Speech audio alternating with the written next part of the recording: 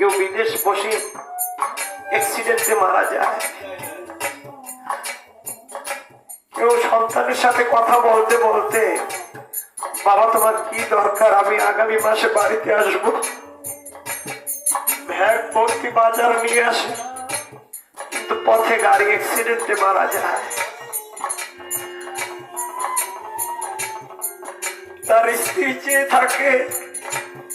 এমন আশা নিয়ে দূর বিদেশে আমার স্বামী গিয়েছে, তার সন্তানকে আমি লালন পালন করি, তাকে আমি বরণ করবো আশায় বুক বেঁধে বসে থাকি, কিন্তু তার আর বাড়ি ফেরা হয় না। ওরে আমার আর হবে না